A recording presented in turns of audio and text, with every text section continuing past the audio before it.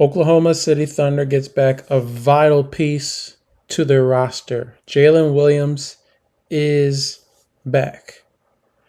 Now, I believe Jalen Williams was key to their finals victory last season. But even without J Dub, the OKC Thunder are still atop the Western Conference by 3 games, and they are on 11-game win streak. Now that's pretty impressive if you ask me. He's only played 26 games this season. He's been in and out, most recently with a hamstring injury. And their starters, or I should say their projected starters, of Jalen Williams, Shai Gilgeous-Alexander, Lou Dort, Hartenstein, and Chet Holmgren, have only played 5 games together this year, and they're still atop the West. That is pretty impressive. I do believe that the Spurs are going to give them a problem once they inevitably reach the Western Conference Finals. The Spurs are actually ahead of them as far as regular season matchups. I want to say it's 4-1 or 3-1 as far as regular season matchups this season. I think Wemby is an absolute beast offensively and obviously, of course, defensively. Who knows? But I think OKC is going to need to stay healthy, especially a player like Hartenstein who can kind of give a big body against Wemby. But Wemby's height is still going to be pretty tough to compete against. If any of their big three between Jalen Williams, Shai Gilgeous-Alexander, or Chet Holmgren suffers another setback within these next couple of weeks leading up to the playoffs or even in the playoffs, I think that might be a wrap for OKC. Even though they are still defensively pretty strong, they absolutely have to have Shai Gilgeous. If he goes down, OKC, there is absolutely no way that they compete with the Spurs, at least in my opinion. But going back to Jalen Williams, the 26 games that he has appeared this year, he's just at or just below his career average. He's averaging 17.5 points. His career average is 18. He's above in assists, 5.4 compared to 4.4. 3-point percentage, he's fallen pretty considerably, shooting 31% from three this season, opposed to 37, almost 38% for his career. And his field goal percentage has dropped about 2% as well. While he's been playing less minutes, this probably just protect him because of his injuries that he has been suffering this season.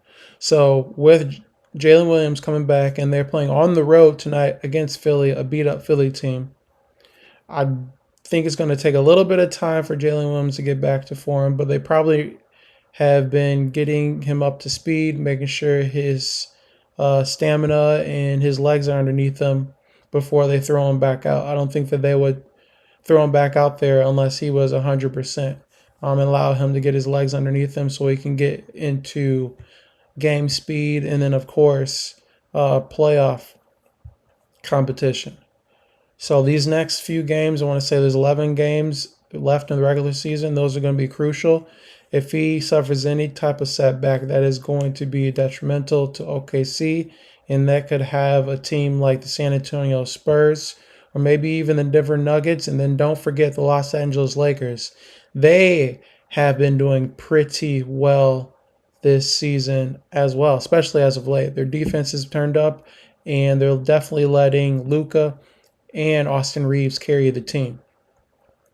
As far as the Eastern Conference, they did see that Cade Cunningham, who is the MVP candidate for the Detroit Pistons. The Detroit Pistons are top of the East still. I want to say they're about 4 games ahead of Boston. They are losing Cade Cunningham to a collapsed lung. That is a big blow to Detroit. But we're going to see how Detroit can fare against playoff-worthy teams. Now, their record without Cade Cunningham is pretty good. I want to say they're 5-2 or 6-2 without Cade, but that was against teams that are not necessarily playoff caliber teams. They are playing the Lakers. Lakers are on the road tonight, going in Detroit. If Detroit can win that game, that is going to be huge for their confidence playing without Cade if they're playing without him for an extended period of time.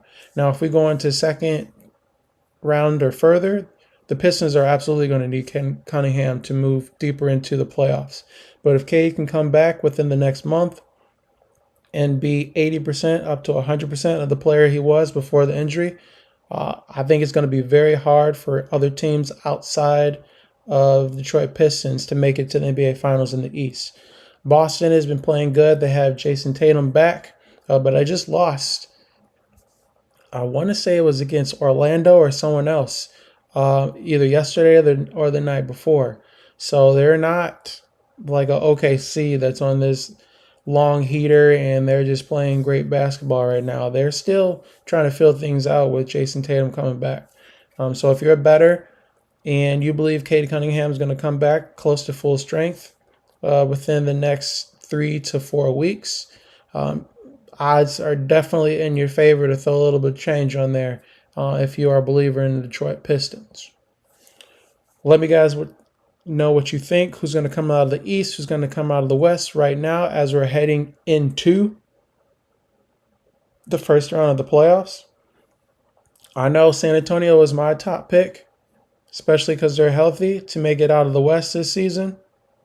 But the Lakers are really, I have eyeballs on them because they are peaking. They are playing well. Late game in those clutch buckets, they are definitely getting it done. They just did it either last night or the night before. They pulled out a game in the last minute against, I want to say it was Orlando.